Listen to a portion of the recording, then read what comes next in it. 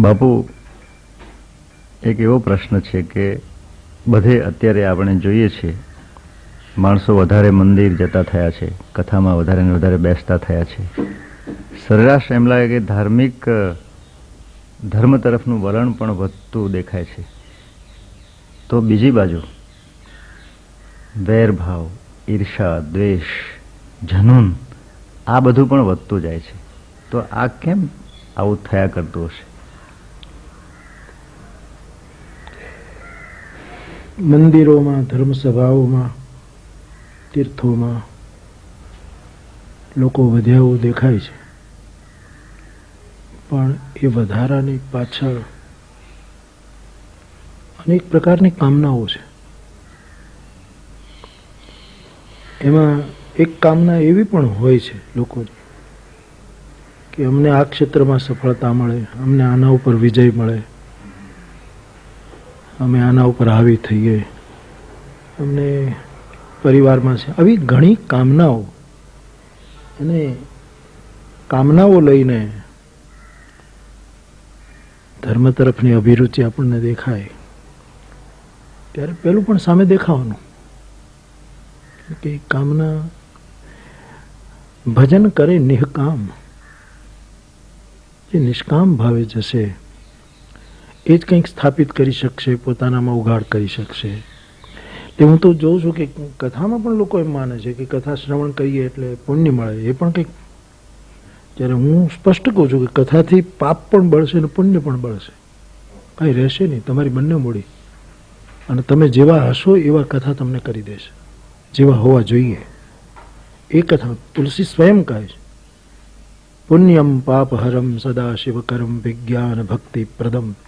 એ તમને પુણ્ય નહીં આપે, પાપ નહીં આપે. શંકરાચાર્યની જેમ ચિદાનંદ રૂપ શિવોહમ શિવોહમ કરી દેશે. આપશે શું? પ્રેમાંબુપૂરમ શુભમ. તમને પ્રેમ આપશે, ભક્તિ આપશે, તમને વિજ્ઞાન આપશે. આ એનું દેન છે. આપણી કામના, ઘણી કામનાઓ લઈને જ ચાલે છે આ બધું. અને જ્યારે કામના લઈને આવો ને ત્યારે તો કામના તો સંઘર્ષ જ કરાવશે, કામના તો અનેક બીજું નિર્માણ કરશે. એટલે મને જે દેખાય છે તે આવું છે. કોઈ કંઈના માટે જાય છે, કોઈ કંઈના માટે જાય. સમર્પણ માટે તો કોઈ જતું જ નથી, લેવા માટે જ જાય છે, આપવા માટે જ જતું નથી. લેનારો આપવાનો સંકલ્પ કરશે ત્યારે એની મેળાએ પરિવર્તન શરૂ થશે. દેવ કહે છે કે બીજું કંઈ ન જોઈએ, પત્રમ પુષ્પમ ફલમ તોયમ. તું આટલું આપ, બાકી બધું. અને પત્રમાં એ ભગવાન કૃષ્ણ કંઈક તુલસી પત્ર આપે એમ જ નહીં, બિલ્વ પત્ર આપે ને. પત્ર પણ તને જે સુલભ હોય એ આપ. એક કાગળ ખાલી એમાં લખીને મૂકી દે તોય ચાલશે, અથવા તારા ભાગ્યનું પત્ર એક વખત માથું નમાવી દે, મારા ભગવાન તારા ભાગ્યનું આ પાંદડું તું આપી દે તોય ચાલશે. કોઈ પુષ્પમ, ફૂલનું કોઈ નામ ના આપ્યું, તું ડોલરનું જ આપ, મોગરાનું આપ, કમળનું, જે તને સુલભ હોય. પત્રમ પુષ્પમ ફલમ તોયમ. ફળમાં કે નાળિયેરનું આપ, કે પુંગી ફળ આપ, કે કોઈ માંગણી, ફળ આપ. અથવા તારા મા ફલેશું કદાચ, તે જે પુરુષાર્થ કર્યો એનું ફળ તો છોડી દે, હું નિર્ણય કરીશ કે શું કરવું, ફળનો અધિકાર, એ ફળ આપ. તો એમ ક્યાંય ન કહ્યું ગંગા જળ આપ, જમના જળ આપ, કંઈ ન કહ્યું. કમસે કમ પુરુષાર્થનો પરસેવો આપ અને કરુણાના આંસુ આપ. પણ આપવા કરતા તે કેટલી કામનાઓ લઈને લોકો જાય છે. લોકો રામાયણ વાંચે છે તો એમ માને છે કે આનાથી આ ફાયદો થઈ જાય, આનાથી આ ફાયદો. હનુમાન ચાલીસાનો પાઠ કરે તો યાર. એટલે દરેક જગ્યાએ કામનાઓ દ્વારા આપણા ધર્મમાં પેલું દેખાય છે. તેથી કામના તો એ જ હોય છે કે મારા ખેતરમાં વરસાદ થાય, મને આ ફાયદો થાય, મને આ ફાયદો થાય. એમાં આડકતરી રીતે પણ બીજાને ગેરફાયદો થતો હોય એવી માંગણી હોય. ત્યારે આ બધું વેર, આ બધું આ તે ઉભો થતો હોય. નવધા ભક્તિ છે, આપણે વર્ણન પણ કર્યું ગઈકાલે. એમ ભજનને પણ જુદી જુદી રીતે આપ વ્યક્ત કરો છો.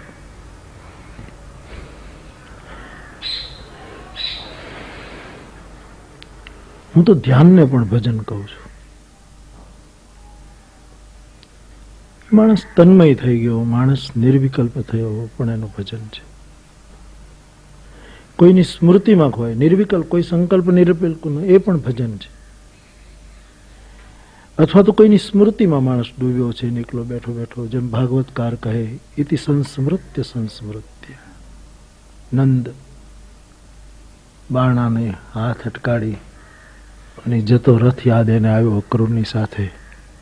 જતા હતા કંઈક બીજે કામે અને આંખમાંથી આંસુની ધારા શરૂ થઈ. યશોદાજી પૂછે કે શું છે? બોલે ઇતિ સંસ્મૃત્ય સંસ્મૃત્ય, મને એની સુરતી એની સ્મૃતિ. તો નંદનું એ રીતે ઊભું રહી જવું એ પણ ભજન છે. કોઈ મીરાની જેમ ગાવા માંડે, નાચવા માંડે, તો એ પણ એનું ભજન છે. અને રામ પોતાની ચિત્તની દિવાલ ઉપર સીતાનું ચિત્ર દોરે તો એ પણ એનું ભજન છે. કોઈ સંગીતજ્ઞ લીન થઈને મેં જોયા છે ઘણી દરગાહોમાં કે ખૂણામાં સારંગી લઈને બેઠો બેઠો રડતો રડતો સારંગી વગાડતો હોય, તો એ પણ એનું ભજન છે. એક પતિત માણસને બેઠો કરવા માટે કોઈ કદમ માંડે તો પણ ભજન છે. એક મરીજને અપાતી દવા અને એક ભૂખ્યાને અપાતો અન્ન પણ ભજન છે. અને આવા ભજનનો અવસર મળે ત્યારે બીજું જે કંઈ છોડવાનું આવે એ માણસે છોડવું જોઈએ. પેલી કાગડાની વાર્તા આપણે ત્યાં, હું કાગભૂસુંડીના સંદર્ભમાં કયા કરું. કાગડો મોઢામાં પૂરી લઈને બેઠો હતો અને પેલું લુચ્ચું શિયાળ આવ્યું અને કહે કે ઘણા વખતથી સાંભળ્યું નથી, તમે કોઈ એક ગીત સંભળાવો. કે શિયાળને ખબર હતી કે આ પાંખોવાળો છે, ત્યાં હું પહોંચી શકું નહીં, પગવાળું. ગમે તેટલી ચાલાકી કરું તો એ પાંખોને પગ પહોંચી શકશે નહીં. આ ઉપર હું નીચે, આ પૂરી પડાવવાનો એક જ ઉપાય છે. અને મને હજી સમજાતું નથી કાગડો છેતરાય. એ છેતરાય નહીં કે કોઈ આવી ખુશામત કરે ને પૂરી મૂકી દે, પણ કાગડાને સમજાતું હશે કે ગાવાનો અવસર આવે, ભજનનો અવસર આવે અને ભોજન છૂટી જતું હોય તો છોડી દો. બોલે ભલે શિયાળ એમ માને કે હું લુચ્ચાઈમાં સફળ થયું, પણ મને એને ગાવાનો અવસર આપ્યો. નાનક કહેતા હતા મરદાના છેડ, હર પ્રસંગે કહેતા હતા મરદાના છેડ. એ પણ એક ભજન છે. એ ભજનનો મારો અર્થ બહુ જ વ્યાપક છે. સ્મરણ પણ ભજન છે, શ્રવણ પણ ભજન છે. સૌથી શ્રેષ્ઠ ભજન તો આચરણ છે. એ ભજન કોઈ લખે, કોઈ અંદર લખે એને ઓળખે, કોઈ બોલે, કોઈ ગાય. એટલે આપણે માટે કે ફલાણા ભજન લખ્યું, ભલે કાગળમાં લખ્યું હોય પણ અંતઃકરણમાં જો લખાઈ જાય, ઓળખાઈ જાય તો એ પણ ભજન. કોઈ ભજન ગાય એને ગાન દ્વારા, એ પણ ભજન. અને આપે વગાડ્યું એ પણ ભજન. વાહ. એટલે કાગડો ભજન તરફ જાય છે. કાગભૂસુંડીના તરફની પ્રીતિને લીધે હું આ બધા કાગડાઓનો પક્ષ લઉં છું. તુલસીદાસજીએ તો કાગડાઓની આલોચના પણ કરી છે, પણ પક્ષ લીધા કરે. મને સમજાતું નથી કે કાગડો, કોયલ કાગડાના માળામાં ઈંડા મૂકી આવે અને કાગડો એને સેવી નાખે ભૂલમાં. આટલું બધું ભૂત તો છે જ નહીં કાગડો. હજી સુધી કાગડો પકડાતો નથી, કોઈ એનું નિશાન બરાબર લઈ શક્યું નથી કે એને બરાબર કોઈ ગોળીએ વીંધી નાખ્યો હોય. રમેશ પારખનો સાહસી કાગડો નડ્યો, સાહસી સ્વભાવ, એ વાત જુદી. પણ મને એ અમારી સાથે આ ચર્ચા થઈ હતી રામાયણીઓની વચ્ચે કે ભાઈ કાગડો ઈંડા સેવે, એને એટલી ખબર ન પડે કાગડાને કે આ મારા છે કે કોયલના છે. પછી દુલા કાગે ભગત બાપુએ દોહો લખ્યો કે પોટા સૌ પોતા તણા પાળે એ પંખીડા. પોતાના પોતાને તો બધા પાળે, પણ બચડા બીજા ના, એ તો કોક જ સેવે કાગડા. પણ મને આનો અર્થ એમ સંભળાયો કે કોયલના ઈંડાને કાગડો સેવે, એનો અર્થ એ છે કુજંતમ રામ રામેતિ મધુરમ મધુરાક્ષરમ આરુહ્ય કવિતા શાખામ વંદે વાલ્મીક કોકિલમ. વાલ્મીકી કોયલ છે અને એણે શ્લોકના જે ઈંડા મૂક્યા એને કાગભૂસુંડીએ સેવી નાખ્યા, લોકો સુધી પહોંચાડ્યા, એમાંથી બચડા પેદા કર્યા. એ રીતે કાગડાએ, ઓલા તો મંત્રો હતા, કોણ સમજત. ઈંડા તો મૂક્યા કોયલે, વિશ્વામિત્રજી એને કોકિલ કહ્યા છે વાલ્મીકીજીને. એ વાલ્મીકીના ઈંડાને ચોપાઈ દ્વારા કાગભૂસુંડીએ સેવ્યા એમ લાગે કે છે, પણ વાલ્મીકીઓના ઈંડા કાગડા જ સેવતા હોય છે અને લોકો સુધી એને પાંખાળા કરીને મોકલતા હોય છે.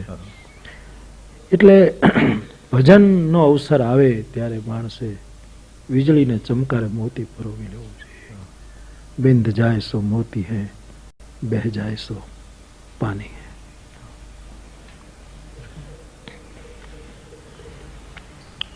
બે દિવસથી બાપુ આપની સાથેની વાતચીતમાં નિષ્કામ કર્મ અને નિર્હેતુક પ્રીતિ એનો મહિમા સાંભળવા મળ્યો. થોડુંક અમને પણ સમજાયું હશે, માધવી જેટલું નહીં પણ થોડુંક મને પણ સમજાયું હશે.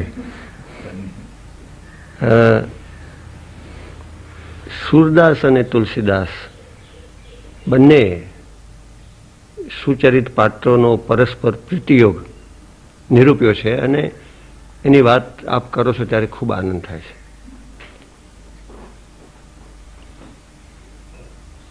ગોપીઓ શ્રી કૃષ્ણનું બાંસરી વાદન અનેક વાર સાંભળી ચૂકી છે, છતાં કહે છે કે હે છબીલા જરા જરા મોરલી વગાડ, છબીલે મુરલી નયકુ બજાવ. એ પદના અંતિમ ચરણમાં દુર્લભ જન્મ લહિબ વૃંદાવન, દુર્લભ પ્રેમ તરંગ, ના જાનીએ બહુરી કબ હોવે શ્યામ તિહારો સંગ. આ જે પ્રેમ તરંગ સમાસ પણ એની જે અનુભૂતિ થાય છે, આવા પ્રસંગો વારંવાર બને એમ ઈચ્છીએ પણ બનશે કે કેમ ખબર નથી. તો સમય પૂરો થવા આવ્યો છે, છતાં એક બે વસ્તુ આપની પાસેથી જાણવી છે, બલકે માણવી છે. ગીતા આપના બાળપણમાં આપની મૂડી બનેલી છે અને આપણા દેશના મહાન સાહિત્યકારો જેલમાં ગીતાના માધ્યમથી ભાષાઓ શીખેલા છે અને ગીતાના અનુવાદો મળતા હતા. હવે ગીતાનો એક શ્લોક, થોડી વાત પેલી નિરાકારની આવે છે, ગઈકાલે આપણે વાત થઈને, અને એ શ્લોક પ્રત્યે એક શ્રદ્ધા છે. હું કંઈક ખાસ સમજતો નથી પણ શ્રદ્ધા છે. ન તદ ભાષયતે સૂર્યો ન શશાંકો ન પાવક, યદ ગત્વા ન નિવર્તન્તે તદ્ધામ પરમમ મમ. આના વિશે આપને સાંભળવાનું મન છે. જ્યાં જવાથી કોઈ દિવસ પાછું ફરાતું નથી, વ્યવસ્થા જ નથી, એન્ટ્રન્સ છે, એક્ઝિટ નથી. પ્રવેશ જ થઈ શકે, પાછું આવી શકાય નહીં. એ ધામ પરમધામ છે. આટલા ન તદ્ભાસયતે સૂર્યો ન શશાંકો ન પાવકા. ત્યાં કોઈ એ ધામ એવું છે કે ત્યાંની રોશની, ત્યાંનો શીતલ પ્રકાશ, ઠંડો પ્રકાશ. અગ્નિ શીતલ નથી, સૂર્ય શીતલ નથી, ચંદ્ર શીતળ છે પણ ઉધાર છે, મૌલિક પ્રકાશ પોતાનો નથી. ત્યાં જે છે એ કોઈ ઉપકરણ દ્વારા એ હોય તો પ્રકાશ થાય એવી એ જગ્યા નથી. પૃથ્વી પર સૂર્ય હોય તો પ્રકાશ થાય, ઘરમાં અગ્નિ હોય તો પ્રકાશ થાય, રાત્રિએ ચંદ્ર હોય તો પ્રકાશ થાય. પણ એ પરમધામ એક એવું ધામ છે કે ત્યાંનો પ્રકાશ, ઠંડો પ્રકાશ, કોઈ વસ્તુને આધારિત નથી. એ ધામને સૂર્યની જરૂર નથી, ચંદ્રની જરૂર નથી, એ ધામને અગ્નિની જરૂર નથી. એ ધામ પોતે અપને આપ પોતાનામાં એક સૂર્ય છે, એ ધામ પોતે જ એક ચંદ્ર છે, એ ધામ પોતે જ અગ્નિ છે. એનો ભક્તિપરક અર્થ કરું તો ત્યાં હું ને તમે જે અનુભવી શકીએ એ અગ્નિ નથી, પણ ત્યાં કેવલ જ્ઞાન, કેવલ સમજ, એ જ્ઞાનનો અગ્નિ છે, આ અગ્નિ નથી ત્યાં. ત્યાં ચંદ્ર છે, આ ચંદ્ર નથી, ન શશાંકો, પણ ત્યાં એક ચંદ્ર છે અને તે રામ નામ સોઈ સોમ. નામથી નામમય. તુલસીદાસજીએ દોહાવલીમાં બહુ સરસ દોહો લખ્યો કે જથા ભૂમિ સબ બીજમય, જથા ભૂમિ સબ બીજમય, નખત નિવાસ આકાશ, રામ નામ સબ ધર્મમય. જાણત તુલસીદાસ. તુલસી કહે મારું જાણ્યું એવું છે, જાણેલું છે. એ રૂપી સોમ ત્યાં પ્રકાશે છે, આ ચંદ્ર નહીં. સૂર્ય પ્રભુનો પ્રતાપ, રામ પ્રતાપ દિનેશ છે. પ્રભુનો પ્રતાપ અને પ્રભુનો પ્રભાવ, આરોપી ત્યાં પ્રકાશ છે. આપણે આપણા ઘરમાં અનુભવતા હોઈએ કે બધા જ દીવા બુજાવી દઈએ. આપણું એક નાનકડું એક ધામ, આપણું ઘર એક આપણું ધામ છે. બધા દીવા ઉલવી નાખીએ ત્યારે પ્રકાશના અભાવનો એક નવો પ્રકાશ શરૂ થાય છે, જેને અંધકાર પણ ન કહી શકાય. અંધકાર તો છે જ નહીં, અંધકારની તો કોઈ હસ્તી નથી. એટલે તો શાંડિલ્ય કહે છે કે બંધનનું કારણ મૂઢતા નથી. શાંડિલ્ય ભક્તિ સૂત્રમાં આ જગતમાં બધા ભલે કહેતા હોય કે આ જગતમાં માણસ બંધનમાં આવ્યો છે એનું કારણ અજ્ઞાન છે, પણ અજ્ઞાન નથી, પ્રેમનો અભાવ છે, ભક્તિનો અભાવ છે. અજ્ઞાન છે ક્યાં, મૂઢતા ક્યાં? સિયારામમાં સબ જગ હોય તો પછી મૂઢતા ક્યાં રહી? તો આપણા ઘરમાં, આપણા ઓરડામાં બધી જ બત્તીઓ ઓલાઈ જાય પછી એક મૌલિક પ્રકાશ ઉભો થતો હોય છે, જે પ્રકાશ વિશ્રામદાયી હોય છે. ઓલું અજવાળું વિશ્રામમાં બાધક બને છે એ પ્રકાશ. અને તેથી બધા જ પ્રકાશો છતાંય થોડોક પ્રકાશ લાગે ત્યારે આપણે આંખો બંધ કરી દેવી પડે છે કે હવે વધારે એક કોઈક બીજો જ એક મૌલિક પ્રકાશ. એટલે નાનકડા એવા ધામમાં પણ એક જો આવો પ્રકાશ અનુભવાતો હોય તો એ તો પરમધામ છે. અને આપણા ધામના પ્રકાશમાંથી તો આપણે પાછા બહાર પણ નીકળીએ સવાર પડે એટલે વળી પાછા બહિર્મુખ થઈએ, વળી પાછા. આ ધામ તો એવું છે કે જેમાં ગયો એ પછી કોઈ દિવસ પાછો. એટલે પ્રકાશના સાધનો વગરનો પ્રકાશ, ઉપકરણનો મોહતાજ નથી જે પ્રકાશ, એવું એક પરમધામ કે જ્યાં ગયા પછી જીવ ઈચ્છે નહીં પાછું આવવાનું, અને ઈશ્વર ઈચ્છે તો પણ પાછું મોકલી ન શકે. જીવ તો ઈચ્છે જ નહીં, પણ ઈશ્વર સમુદ્ર ઈચ્છે તો પણ ગંગાને પાછી વાળી ન શકે. ગંગા ઈચ્છે જ નહીં, કારણ કે એની કામના જ છે કે સરિતા જલ જલ નિધિ મહ જાઈ, હોહી અચલ જીમ જીવ હરિ પાહી. મને તો એવું સમજાય છે કે પ્રકાશના તમામ મોટામાં મોટું પ્રકાશનું સાધન સૂર્ય, અને એના કરતાં અનેક અનંત સૂર્યો નિહારિકામાં હશે કે કેટલું આ ગેબમાં હશે ખબર નહીં. કોઈ પ્રકાશના કેન્દ્રોની ત્યાં જરૂર નથી, અને છતાંય એક પ્રકાશ, ઠંડો પ્રકાશ, શીતલ પ્રકાશ, એ પ્રકાશ જ્યાં છે એ પરમ ધામ છે. અને કદાચ કોઈને એ પ્રકાશનો અનુભવ હૃદયમાં થાય તો કદાચ એ પણ એના માટે પરમધામ હશે. અને એટલે જ કદાચ યોગીઓને એ અનુભવ કર્યા પછી પાછું ફરવું ગમતું નથી. ઠાકોર રામકૃષ્ણ દેવને લોકો કહેતા હતા કે આને કંઈક રોગ છે, આ કંઈક પડી જાય છે અને વાય આવી જાય છે, આમ છે, પણ એમાં ડૂબકી માર્યા પછી બહાર નીકળ્યા પછી એને ગમતું નહોતું. કે આના કરતાં લોકોની દ્રષ્ટિએ મારી બીમારી બહેતર હતી. લોકો જેને, કારણ કે એ પ્રકાશમાંથી પછી કોઈને બહાર આવું ગમતું નથી. અને પ્રકાશ શબ્દ વાપરીએ એટલે અજવાળું થાય, કે પ્રકાશ એટલે કંઈક અજવાળું તેજ એવું થાય. એ પ્રકાશ શબ્દ તે શબ્દકોશને લીધે વાપરવો પડે છે. સૂર્યપ્રકાશ બરાબર છે, ચંદ્રપ્રકાશ, અગ્નિનો પ્રકાશ, પણ ઓલા પ્રકાશને પ્રકાશ કેવો એ પણ મુશ્કેલ છે. એ કંઈક એવો અનુભવ જ હશે એવું લાગે.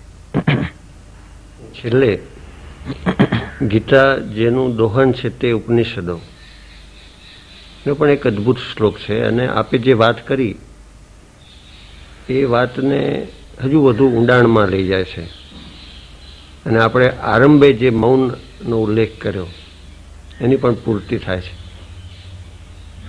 યતો વાચો નિવર્તન્તે અપ્રાપ્ય મનસા સહ આનંદમ બ્રહ્મણો વિદ્વન ન બિભેતિ કુતશ્ચન. કાલે આપે નિર્ભયતાની, અભયની વાત કરી અને આનંદની વાત કરી. તો ઈશ્વર આનંદ સ્વરૂપ છે તે આ શ્લોક સૂચવે છે. આની આપ વ્યાખ્યા કરો. એની સાથે આ એક સત્સંગ નહીં કહો, પણ એક પ્રેમ તરંગના આસ્વાદનું સત્ર પૂરું થાય. યતો વાચો નિવર્તન્તે અપ્રાપ્ય મનસા સહ. વાણી અને મન ની સરહદ જ્યાં પૂરી થઈ જાય, તુલસીદાસજીએ એ જ ઉપનિષદના ટુકડાને ચોપાઈમાં ઉતાર્યો, બિલકુલ સીધો. રામચરિત માનસમાં કેટલું ભાગવત ઉતર્યું, કેટલી ભગવદ્ ગીતા ઉતરી, કેટલા ઉપનિષદો ઉતર્યા. ઉપનિષદની આ સૂત્રાત્મક વાત રામચરિત માનસમાં ચોપાઈમાં આવી. મન સમેત જેહી જાનન બાની, મન સમેત જેહી જાનન બાની, તરકી ન સકી સકલ અનુમાની, તરકી ન સકી સકલ અનુમાની. અસ પ્રભુ હૃદય બસત અવિકારી, સકલ જીવ જગ દીન દુખારી. મન સમેત જેહી જાનન બાની.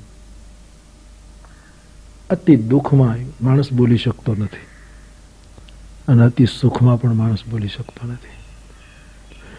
દીકરીને બાપ વળાવે ત્યારે દુઃખ હોય, બાપ બોલી શકતો નથી, દીકરી બોલી શકતો નથી. આવજો 3 શબ્દો કહેવા માટે 3 વર્ષ લાગી જાય. બાપા આવજે, ધ્યાન રાખજે, એટલું કહેવામાં તો જાણે ભાષાનો વિદ્વાન ડાયો માણસ હોય, શબ્દનો બાદશાહ હોય તો પણ આમ તોતળી ભાષા બોલવા માંડે. એટલે દુઃખમાં પણ વાણી નિવૃત્તિ લેતી હોય અને અતિ સુખની પળમાં પણ વાણી અટકે. ત્યારે આ તો આનંદ સ્વરૂપ છે. સુખ અને દુઃખ બંનેથી કંઈક પરની ઘટના છે. ત્યારે તો વાણી વિરામ જ લેવાની. વાણી ત્યાં સુધી ચાલે ત્યાં સુધી સમજવાનું કે કદાચ આનંદની સરહદ ઉપર આપણે આમ ટળવળીએ છીએ, મુલાકાત નથી મળતી, દરવાજો નથી ખુલતો, હજી આપણે ત્યાં પહોંચ્યા છીએ, પણ વાણી જ્યાં સુધી રહે. એટલે જ કદાચ આપણા બધા જ ઋષિઓએ કે લાઓત્સુએ પણ એ જ વાત કહી કે મારા અનુભવને સત્યમાં નાખવા જઈશ, શબ્દોમાં નાખવા જઈશ તો સત્ય ઓછું થઈ જશે. કારણ કે ક્રમશઃ સત્ય ઓછું થતું હોય છે. અહીંયા હોય છે ત્યાં સુધી પૂરું હોય છે.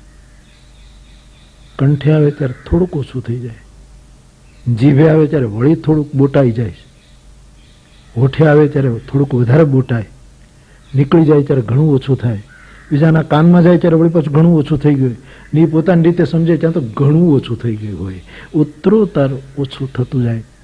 એટલે સુખ અને દુઃખની પળોમાં પણ જો વાણી મૌન ધારણ કરતી હોય તો આનંદમાં તો કેમ વાણી રહે? કારણ કે એનું સ્વરૂપ આનંદ સ્વરૂપ છે અને મન પણ પહોંચી શકતું નથી. મનનીય પુરુષ, ચિંતન કરનારો પુરુષ, મનન કરનારો પુરુષ, ચિંતન કરનારો પુરુષ પણ ઘણી એવી સુખ દુઃખની પળો આવે ત્યારે એનું મનન અટકી પડે.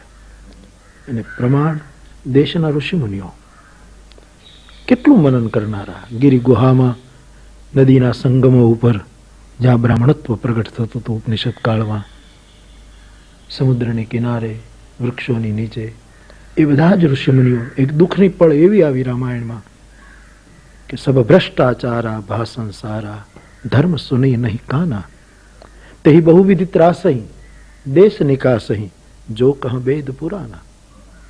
બ્રહ્મા સબ જાના, મન અનુમાના, મોરે કછુન બસાઈ, જા કરી તે દાસી, સો અવિનાશી, હમરે તોર સહાય. બ્રહ્મા એટલે બુદ્ધિ. વાગધારા કહો તોય ચાલે, ચતુર્મુખ છે, વાણી નીકળ્યા જ કરે. એ બુદ્ધિ અને વાણીના દેવતા એક અર્થમાં. અને ઋષિમુનિએ મનન કરનારો આખો વર્ગ. પૃથ્વી ગાયનું રૂપ લઈને ગઈ ત્યારે ઋષિઓએ કહ્યું કે અમારું મનન અટકી ગયું છે. એટલી પીડા કે અમે મનન કરવામાં સ્વતંત્ર, નહીતર મનન કરો, હવન કરવામાં કદાચ જોઈ જાય તો મારી નાખે અમને, કે યજ્ઞ બંધ કરો, વેદ પુરાણની વાતો કરીએ તો પકડી લે રાવણના માણસો. પણ એક જગ્યાએ આંખો બંધ કરીને મનન કરવામાં અમને કોણ અટકાવી શકે? પણ આ પળ એવી આવી છે કે મનન અને ચિંતન, મન પણ એટલે દુઃખની અને સુખની એક સીમા પર વ્યક્તિ પહોંચે છે ત્યારે વાણી, બુદ્ધિ, મન આ બધું જ અટકી પડે છે. તો એ તો બ્રહ્મનો પ્રદેશ છે, બ્રહ્મનું સ્વરૂપ છે, આનંદનું સ્વરૂપ છે. ત્યાં તો આ નીચે જ આવી જવાના, ત્યાં તો આ પહોંચી શકશે જ નહીં. અને તેથી મન બુદ્ધિ ચિત્ત અહમિતિ વિસરાય. રામ અને ભરત મળે છે ત્યારે મન પણ પડી ગયું, બુદ્ધિ પણ પડી ગઈ, ચિત્ત પણ પડી ગયું, અહંકાર તો સવાલ જ નથી, બધું પડ્યું. ત્યારે એ ચિત્રકૂટના સાગરમાં આ રીતે ભેટી શક્યા. એટલે મને એમ લાગે કે પરમના અનુભવમાં એ આનંદ સાગરમાં, એ આનંદ જેમ મન મગન ભયો અબ ક્યાં બોલે, કેમ બોલી શકાય, કેમ બોલી શકાય? જ્યાં સુધી બોલી શકાય ત્યાં સુધી તો ક્યાંક આપણે થોડાક દૂર છીએ. એ અર્થમાં પણ તુલસીદાસજી પણ આ અર્થમાં આ વાતને મૂકી છે. અને હું બધું જોયા કરું, આપ પૂછો છો ત્યારે મને યાદ આવે છે, મેં ઘણી વખત આમ તો પ્રાસની રીતે પણ કહ્યું હોય, પણ મારો મૂળ અનુભવ કે રામાયણ મારો શ્વાસ છે, પણ ભગવદ્ ગીતા મારો વિશ્વાસ છે, ભરોસો છે કે ગીતા ગીતા છે. ભાગવત મારી તલાશ છે. ગોપીઓની જેમ હું કૃષ્ણને ગોત્યા કરું છું, રાસમાંથી જતો રહ્યો છે. શરદ ઉદાસ સાધુ જાત સત, એમ એને પુકાર્યા કરું. અને ઉપનિષદ મારો પ્રકાશ છે, અજવાળો છે, રોશની છે. એટલે આવી ચર્ચા મને ગમે. અને એ જ વાતને તુલસીદાસજી એટલી સરળતાથી મૂકી દે, દ્રષ્ટાંત સાથે મૂકી દે, એટલે વધારે આપણને નજીક પડે.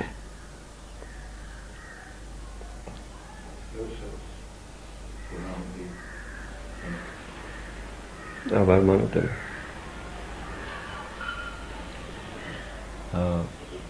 છેલ્લે બાપુ આપના કંઠથી કંઈક સાંભળીએ. અને હા, એ રહે છે, આસક્તિ વધતી જાય છે. પણ આ જે કંઈ બન્યું 2 દિવસ અને ત્રીજા દિવસની સાંજ, આપના જન્મદિવસે અમે અહીં બધા આવી શક્યા, આ તો કેટલી મોટી ધન્યતા. અને આપની પાસેથી ખરેખર તો સાચા જિજ્ઞાસુઓ મહેનત કરીને જિજ્ઞાસા પણ ઊભી કરી, પ્રશ્નો ઊભા કર્યા, અને થોડીક મથામણ આપને સમજવાની આ કરી, અને આપના કાર્યને સમજવાની, આપણી પરંપરાને સમજવાનો પ્રયત્ન કર્યો. અને આપે જે કહ્યું, અમારા સારા પ્રશ્નો કે અણઘડ પ્રશ્નોના જવાબમાં સ્વસ્થ ચિત્તે, પૂરી ગંભીરતાથી, એ હજુ જેમ જેમ સાંભળતા જઈશું એમ સમજાતું જશે એવું છે. પણ એક અર્થમાં અમે તો નિમિત્ત બન્યા, પણ યજ્ઞેશભાઈનો અને આ મિત્રોનો જે આ પ્રયત્ન છે આકાશવાણી દ્વારા, આનો સંચય કરી રાખો, ભાવિ પેઢીને પણ આ ખૂબ જ કામ આવશે. વચ્ચે હરીશભાઈએ આપને સંગત આપી, એ દ્રશ્ય તો કેવું વિરલ કે આપને તબલા વગાડતા પણ જોવા જયદેવભાઈ પણ કેટલાક પ્રશ્નો સુઝાડ્યા અને તન્મય થઈને રહ્યા આ 2 દિવસ અમે. તો આભાર માનીને વાત પૂરી નથી કરતા. સંવાદ તો રહેશે જ, પ્રશ્નો ઊભા થતા જ જશે અને જાણે મનોમન અમે આપને સાંભળતા હોઈએ એવું અનુભવીશું. હવે આપની વાણીથી જ આ વાત આજ પૂરતી પૂરી થાય એવી અપેક્ષા રહે છે. માધવભાઈએ વાત કરી એક નિમિત્તની, બાપુની વચ્ચે યાદ કર્યા લાવક છે. એ સંદર્ભમાં જ એક ઉદાહરણ આપવાનું મન થાય બેને સાંકળીને.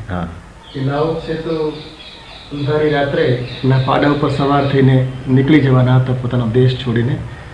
ત્યારે એની સીમા ઉપર જે કર એકત્ર કરવા વાળો હોય એમણે એમને રોક્યા અને એમને કહ્યું કે તમે બધું લઈને જતા રહો એ ઠીક નહીં.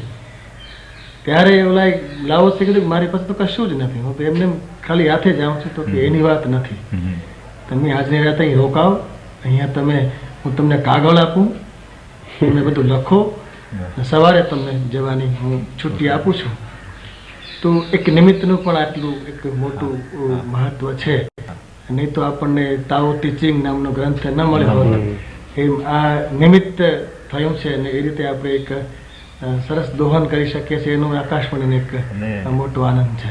યજ્ઞેશભાઈ, તમે જે પસંદ કર્યા 2 જણા, એમાં મારું તો ઠીક છે, પણ રઘુવીરભાઈને પસંદ કર્યા એ એટલી ઉત્તમ વાત બની કે જો કે ઘણી બધી બાબતોને એમણે વધારે મુખરિત પણ કરી. બાપુ પોતાના વિશે તો બોલે નહીં, પોતે કેવું એવો જવાબ આપ્યો એના વિશે.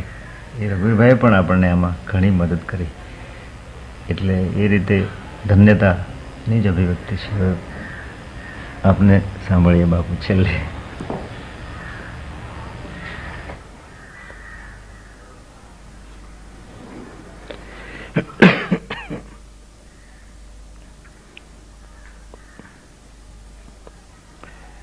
राम कब हूँ प्रिय लागी हो जैसे नीरमीन को. तुलसीदास जी कहे कि हे प्रभु, તું મને 5ની જેમ વાલો લાગ. એવું ક્યારે થશે?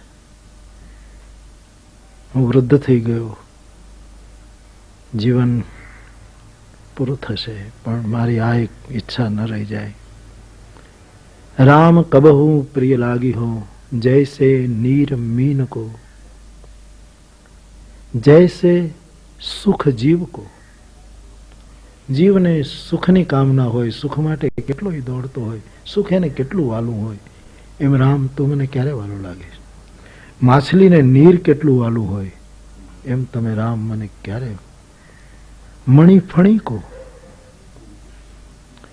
ફણીને મણી, लोभी धन लीन को, लोभी ने अनेक नागरी स्त्री तरफ नागर नवीन को. 5 રીતે આખરે તો કોઈ ને કોઈ પ્રવૃત્તિ દ્વારા, કોઈ ને કોઈ બહાને, કોઈ ને કોઈ નિમિત્તો દ્વારા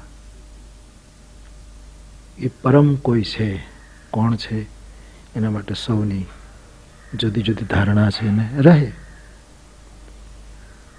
એ આપણને પ્રિય થાય. એને આપણને પ્રિય છીએ એ તો એ જ્યારે કહે ત્યારે ખબર પડે. અને એ સાંભળવા માટે એટલો બધો સમય પણ ક્યાં છે કે એના જવાબની રાહ જોઈએ. પણ અમને એ તત્વ પ્રિય લાગે, પરમ તત્વ. એ માટેના બધા બહાના છે. કુરુક્ષેત્રનું યુદ્ધ માત્ર બહાનું છે. કૃષ્ણને કંઈક કહેવું હતું માટે. યુદ્ધ દ્વારા પણ બોધ આપી શકાય અને જગતના સંઘર્ષોને ટાળી શકાય તો બહાના હતા. રામચરિત માનસનો ધર્મરથ એ પણ એક બહાનું હતું.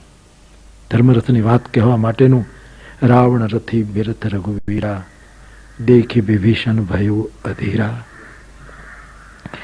મને એમ લાગે આ પણ એક બહાનું, એક નિમિત્ત છે કે આપણે આ રીતે સાથે મળીને વાતો કરીએ. છેલ્લે 2-3 ચોપાઈઓ ગાઈને પૂરું કરું.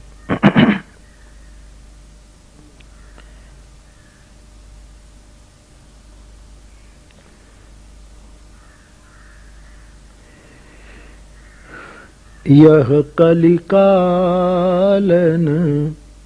સાધન દૂજા. કલીનો અર્થ કલહ થાય છે. આ કલહનો કાળ છે. ચારે બાજુ કલહના વાદળાઓ મંડાણા છે. ક્યારેક કલહ ક્લેશ બને અને બધાના જીવનનું શું કરે કંઈ ખબર નથી. એવા સમયમાં કોઈ બીજું સાધન નથી. યહ કલિકાલન સાધન દૂજા. જોગ જગ્ય જે જપ તપ વ્રત પૂજા. રામ હિ સુમિરિય ગાય રામ હિ સંતત સુનિય રામ ગુણ ગ્રામ હિ. જાસુ પતિત પાવન બડબાના. ગાવહિ કવિ શ્રુતિ સંત પાના. તો તુલસી જેમ કામના કરે છે, ઈચ્છા કરે છે, એમ હું પણ એટલું જ કહીને પૂરું કરું કે પ્રિય લાગે હું મોહી રામ. રામ પ્રિય લાગે. મને આનંદ થયો આબાને નજીક બેસીને વાતો કરવાનો. રઘુવીર ને રામાનુજ ખૂબ રાજી થાવ છો. હા, આકાશવાણી માટે તો છે જ, પણ અહીંયા આપના દ્વારા હૃદયવાણી પ્રગટી એનો વધારે આનંદ છે કે બહુ જ ખુલ્લા મને આપણે વાત કરી શક્યા. બસ વિશેષ કંઈ નહીં. જય સિયારામ.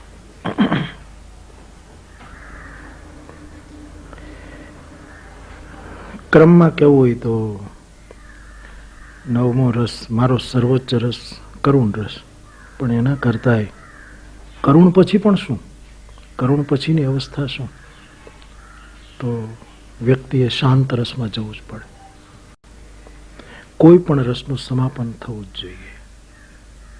વીર રસ કાયમ ન ટકી રહે, શ્રૃંગાર રસ સતત ન ટકી રહે, બીભત્સ રૌદ્ર ભયાનક આ બધા જ રસો એનું ક્યાંય ને ક્યાંય વિરામ સ્થળ હોય છે. એમ કરુણ રસનું પણ ક્યાંય ને ક્યાંય વિરામ સ્થળ હોય છે.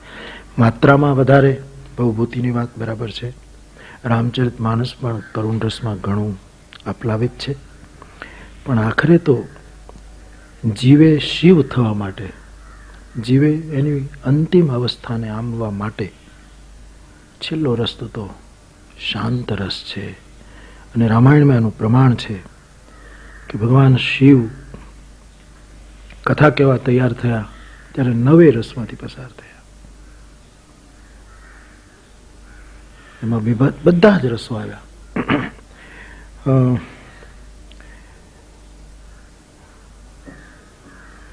નિજ કર ડાસી નાગરી પૂછાલા, બેઠે સહજ શંભુ કૃપાલા. સહજ બેઠા પછી તુલસીદાસજીએ 9 રસની સૃષ્ટિ કરી. એના શ્રૃંગારનું વર્ણન કર્યું, એનામાં રહેલી કરુણાનું, બધાનું કરતા કરતા આખરે તુલસીદાસજીને કહેવું પડ્યું કે બેઠે સોહ કામ રીપુ કૈસે, ધરે શરીર શાંત રસ જૈસે. શાંત રસમાં એનું સમાપન. પછી એ શાંત રસને આપણે ભક્તિ રસ કહીએ તો પણ ચાલશે કે માણસે આખરે તો હાસ્યમાં જવું પડે છે. હાસ્ય એમ કરીને એટલે રામાયણના નિયમ, રામાયણના ક્રમમાં છેલ્લે શાંત રસમાં પરિણમે છે. આપણી પૌરાણિક માન્યતા પ્રમાણે પણ સૃષ્ટિનું પરિપાલન કરીને વિષ્ણુ તત્વ પણ આખરે ક્ષીર સિંધુમાં શાંત રસમાં જાય. શાંતાકારમ ભુજગશયનમ. શાંત રસમાં એની પરિણીતિ છે. બ્રહ્માજી નાભીમાંથી કમળ સુધી આટલી બધી યાત્રાઓ કરી એણે, અને છેવટે એ પણ શાંત રસ તરફ ગતિ કરે. એટલે આખરે તો શાંત રસમાં જવું પડે છે. તમે સહજનો ઘણી વાર ઉપયોગ કર્યો, આપણે બહુ પ્રિય શબ્દ છે જી અને આપણી પ્રકૃતિ સાથે એક આ સહજતા જોડાયેલી છે. સહજ સહજ સબ કહે, કબીર કે છે, મને સાધો સહજ સમાધિ ભરેલી. પણ બહુ ઓછા વ્યક્તિઓમાં એ મૂર્તિમંત જોઈએ. જ્ઞાન મેળવી શકાય, માન પણ મેળવી શકાય, પણ સહજતા નથી મેળવી શકાય. તો તમારી પ્રકૃતિમાં જે સહજતા છે, અમે આ ઇન્ટરવ્યુ દરમિયાન પણ જોયું, કશી અમને કોઈ પણ વાત માટે તમને મનાવવા નથી પડ્યા, તમને પરસ્યુ નથી કરવા પડ્યા, તમે દરેક વસ્તુને સરસ સ્વીકારી જ છે. તો આ જે સ્વીકાર છે, સહજતા છે, એ ક્યાંથી? નહીં, હું માનું છું કે જીવનમાં જેમ એકાક્ષર મંત્ર ગીતા એક ઓમકાર છે, 2.5 અક્ષર પ્રેમ કા અથવા તો કૃષ્ણ રામ, ઘણા મંત્રો છે, પણ જે આ એક અક્ષરનો મંત્ર શીખી જાય એ સહજ રહી શકે, અને તે છે હા. કરિષ્યે વચનં તવ. અર્જુને બહુ દલીલો કરી કૃષ્ણની સામે, એણે ઘણા તર્કો કર્યા કે તમે મારી બુદ્ધિને હિપ્નોટાઇઝ કરી રહ્યા છો, ઘડી કામ, તમે મારા માટે શું કરવા ઈચ્છો છો? કેટલા તર્કો, કેટલી. પણ આખરે એ બધા જ મંત્રમય શ્લોકોમાં જતા જતા આખરે જ્યારે એણે કહ્યું કે કરિષ્યે વચનં તવ, હા, પછી એને પરમ શાંતિ થઈ. રહીમનો એક દોહો છે, रहीम रोशन कीजिए, कोई कहे क्यों है तो हंसकर उत्तर दीजिए हाँ बाबा यूं है. સહજ અવસ્થા, સહજ વાણી, સહજ માનવીનું આચરણ, સહજ વિચાર, સહજ આસન, આ બધી જ પછી યોગના આસનોમાં તમે લો તો આપણા શાસ્ત્રો એમ કહે કે ઉત્તમા સહજાવસ્થા, મધ્યમાં ધ્યાન ધારણા. ઉત્તમમાં ઉત્તમ કોઈ અવસ્થા હોય તો સહજ અવસ્થા. આટલા બધા આસનોની વાતો યોગીઓ કરે, પણ એમાં ઉત્તમમાં ઉત્તમ કોઈ આસન હોય તો સહજ આસન છે. ઉત્તમમાં ઉત્તમ કોઈ વાણી હોય તો સહજ વાણી છે, સ્વાભાવિક, મૌલિક. અને જે વસ્તુમાં આયાસ પ્રયાસ કરવો પડે અને પ્રયાસથી સહજ જે થાય એ બસ સહજ નથી, એ બિલકુલ અસહજ છે. એટલે મને એમ લાગે છે કે સહજ સ્થિતિ એ જીવની બહુ ઊંચી સંપદા ગણાવી જોઈએ. કબીર તો કહે છે સાધો સહજ સમાધિ ભલી. જેમ બાળકની સહજતા, જેમ ફૂલ ખીલે, કોઈને ડિસ્ટર્બ કર્યા વગર ખીલી જાય, ન હવાને, ન ભમરાને, ન સૂરજના કિરણને, ન પ્રકૃતિને, ન આજુબાજુ, એક સહજ ખીલી જાય. જેને ખીલવું હોય ને ખુલવું હોય, અથવા તો વિધાના બંધ દ્વારને ખોલવા હોય, તો સહજ સ્થિતિ જેવી કોઈ ઉત્તમ સ્થિતિ નથી. એમાં માણસ ઘણો વિશ્રામમાં રહી શકે, એવો મારો પોતાનો અનુભવ છે. બાપુ, વિદ્યા અવિદ્યાના સંદર્ભમાં અત્યારે લોકો જેને વિદ્યા માને એને એક રીતે એનું પારિભાષિક રીતે એ અવિદ્યામાં એને ગણના થતી. તો આ જે અર્થો બદલાયા છે, જેને આપણે વિદ્યા કહેતા વિદ્યા કહીએ છીએ, તો વિદ્યા એ શું? અવિદ્યાનું પણ મહત્વ કેટલું? જે ઉપનિષદના અર્થમાં અવિદ્યા કહેવાય છે એનું, અને એને વિજ્ઞાન સાથે આપણે કેવી રીતે વ્યવહાર સાથે સાંકળી શકીએ? વિદ્યા અને અવિદ્યા આપણા શાસ્ત્રોની દ્રષ્ટિ, ઉપનિષદની દ્રષ્ટિએ માયાના બે ભાગ છે. એક પ્રપંચ વિદ્યા નામે ચાલી રહ્યો છે, એક પ્રપંચ અવિદ્યા નામે ચાલ્યો. માયાથી મુક્ત કોઈ નથી. ઇવન પરમ તત્વ પણ જ્યારે કંઈક કરવા માંગે છે ત્યારે એને માયાનો આશ્રય કરવો પડે. પણ વિદ્યા નામની માયા આ સમસ્ત અસ્તિત્વનું નિર્માણ કરે. અવિદ્યા નામની માયા આપણને એમાં ભૂલા પાડે છે, આપણને બેહોશ કરે, આપણને કંઈ સમજવા ન દે આ શું છે શું છે. એમાં એ અવિદ્યાનું બધું કરતું જ છે. વિદ્યા નામની માયા માનવીને મુક્ત કરે. એટલે જ આપણે ત્યાં આવ્યું સા વિદ્યા યા વિમુક્ત, મોક્ષનો દોરો. અવિદ્યા નામની માયા સતત બંધનમાં નાખે. આજની સ્કૂલ કોલેજની વિદ્યાના બારામાં આપણે કહીએ તો એ બંધનમાં નાખતી અવિદ્યા છે. ખરેખર તો એને વિદ્યાલયો કહેવા જ ન જોઈએ, શિક્ષાલયો કહેવા જોઈએ. વિદ્યાલય શબ્દ બરાબર નથી. વિદ્યાલય તો દીવારો હોય જ નહીં, દરવાજા જ હોય, એનું નામ વિદ્યાલય. તો બધી જગ્યાએ પ્રમાણપત્રથી લઈને બધી જ જગ્યાએ આપણને બાંધનારું તત્વ આવ્યું છે. એટલે જ કદાચ એ મુક્તિનો સાક્ષાત અનુભવ સમજાવવા માટે આપણે ત્યાં વિદ્યાલયો વૃક્ષોની નીચે હતા, ખુલ્લામાં લોકો બેસતા. હું એમ નથી કહેતો કે અત્યારે દેશકાળ પ્રમાણે આપણે ખુલ્લામાં બેસીને અત્યારે મકાનો હોવો જોઈએ, પણ હેતુ એ ન ભૂલાવવો જોઈએ. તો કોઈએ મને બહુ સરસ, અમારે એક મહાત્મા છે, કથા હું એની સાંભળતો હતો, એણે કહ્યું, વિશ્વાસુ બાપુ કોઈ છે આપણે ત્યાં છે એક મહાત્મા, પહેલા મિલિટરીમાં હતા. એ બહુ સરસ કહેતા હતા કે અત્યારે વિદ્યાને નામે, શિક્ષણને નામે ઇન્જેક્શન અપાય છે, એજ્યુકેશન ક્યાં અપાય છે? બધાને ઇન્જેક્શન અપાય છે, એજ્યુકેશન જેવું કંઈ નથી. એટલે આખરે તો રામાયણમાં પણ રામ ભણવા ગયા તો શિક્ષા પામ્યા એમ નથી લખ્યું, અલ્પકાલ સબ વિદ્યા પાઈ, વિદ્યા પ્રાપ્ત કરી. અને વિદ્યા તો કેટલી, આપણે ત્યાં બ્રહ્મ વિદ્યા, અધ્યાત્મ વિદ્યા. ગીતામાં ભગવાન કહે અધ્યાત્મ વિદ્યા વિદ્યા નામ, તમામ વિદ્યાઓમાં અધ્યાત્મ વિદ્યા એ મારી વિભૂતિ છે. યોગ વિદ્યા, કેટલી કેટલી વિદ્યાઓ.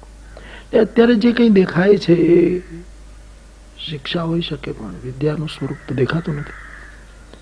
અને તેથી વધારે ને વધારે આપણે બંધનમાં જતા જઈએ છીએ. મુક્ત દશા, સહજ દશા પ્રાપ્ત થતી નથી. બીજો રાસ્તે એક સંત સાહિત્યની સાથે સાથે કવિતા આપનો એક પ્રિય વિષય છે, રસ રહ્યો છે. એટલે આપની જે સૂક્ષ્મ પાટવતા છે એ આપને એ દિશા તરફ, અનેક દિશાઓ તરફ, અનેક વિષયો તરફ લઈ જાય છે. તો એ તમને ગમતા કવિ, ઉર્દુ શાયરો પણ આપે ઘણા પ્રિય છે આપને, ગુજરાતી, હિન્દીના, તો થોડી એની આપને ગમતા લેખકો, ગમતા શાયરો, કવિઓ.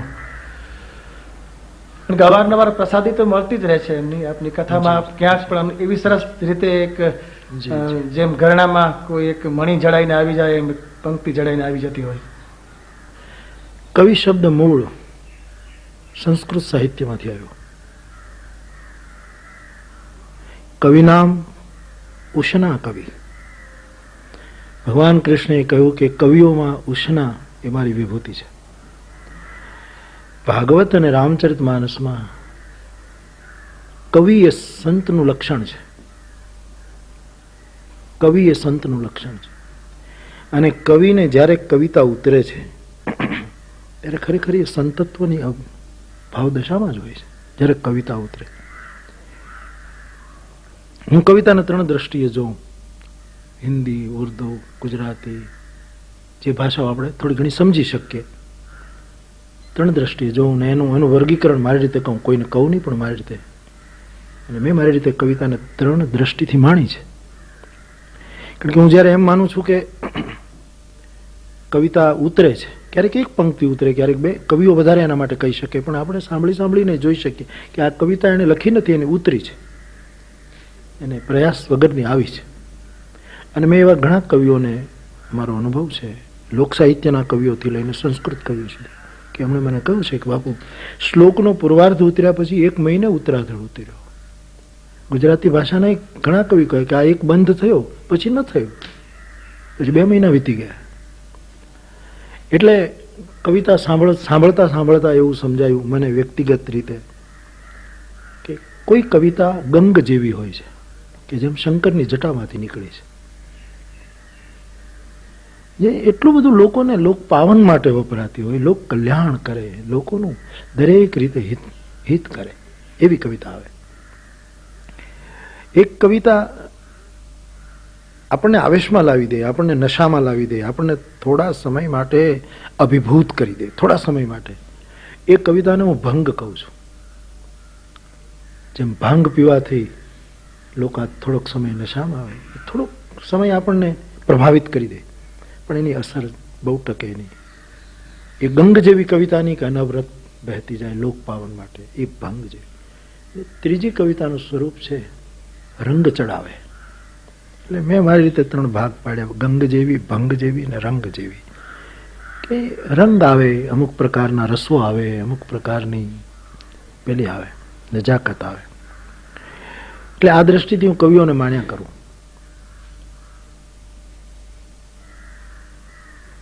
બે પંક્તિમાં એ લોકો કેટલું મોટું શાસ્ત્ર ક્યારેક ક્યારેક કહી દેતા હોય. કબીરે બે પંક્તિમાં 2.5 અક્ષર પ્રેમ કા પઢે સો પંડિત હોય. પંડિતની 2.5 અક્ષરમાં આટલી મોટી વ્યાખ્યા કે જેના ઉપર તમે બોલ્યા જ કરો ખૂટે નહીં, આવી વ્યાખ્યા એ આપી દે કબીર. મીરા 2 પંક્તિમાં કે 4 પંક્તિમાં કેટલું સમજાવી દે. ભવભૂતિ કાલિદાસ, સંસ્કૃત વાંગ્મય, રઘુવંશમાં કાલિદાસને વાંચીએ તો એક પણ શ્લોક એવો નથી કે જેમાં કવિતાની એક પંક્તિમાં કથા ચાલતી હોય, બીજી પંક્તિમાં તત્કાલીન સમાજને અનુરૂપ એવું દ્રષ્ટાંત ચાલતું હોય. તમારે કબૂલ જ કરવું પડે. હું તો એક એક શ્લોકે રઘુવંશમાં અટક્યો છું, રોકાઈ જવું પડે. આવો એક કવિતાનો પ્રવાહ. અને મેં ઘણી વખત કવિ સંમેલનોમાં પણ કહ્યું છે કે ઉપર સવિતા, નીચે સરિતા, ધરતી ઉપર સરિતા વહે, ઉપર સૂર્ય, બે મળી ન શકે. બીજી રીતે મળે, પાણીનું વરાળ થાય ને વરાળમાંથી એ રીતે. પણ સરિતા અને સવિતા એક પ્રકાશ તત્વ, બીજું પ્રવાહ તત્વ. એ બંનેને જોડનારું, સવિતા અને સરિતાને જોડનારું કોઈ માધ્યમ હોય તો કવિતા છે. સુરત સુધી પહોંચાડે, આમ પ્રવાહિત કરીને સિંધુ સુધી પહોંચાડે. આપણા સદભાગ્ય દરેક કાળમાં, મધ્યયુગમાં તો આ ભક્તિ યુગના આટલા બધા ભક્તિ સંતો થયા, એણે કવિતાઓ આપી. આપણા પ્રાચીન ભજનોમાં પદોમાં કવિતાના અમુક રૂપો પ્રગટ્યા. આપણા વર્તમાન કેટલાક કવિઓ ગુજરાતી શિષ્ટ સાહિત્યના, એમણે કવિતાને પોતપોતાની રીતે શણગારી, કવિતાને સુંદર રૂપ આપ્યું. બે રીતે કવિતાને સાંભળતા થાય કે ક્યારેક ક્યારેક કવિને સાંભળીએ ત્યારે એમ લાગે કે કવિતા એની દીકરી છે કે કવિતા કવિની માં છે. બેમાંથી નક્કી ન થાય. ક્યારેક એમ લાગે કે આ કવિતાનો આ સર્જક એનો બ્રહ્મા છે, એનો વિરંચી છે, એમાંથી કવિતા રૂપી દીકરી નીકળી છે. ક્યારેક એમ થાય કે કવિતા સગર્ભા હતી, માં બની અને એણે કવિને જન્મ આપ્યો છે.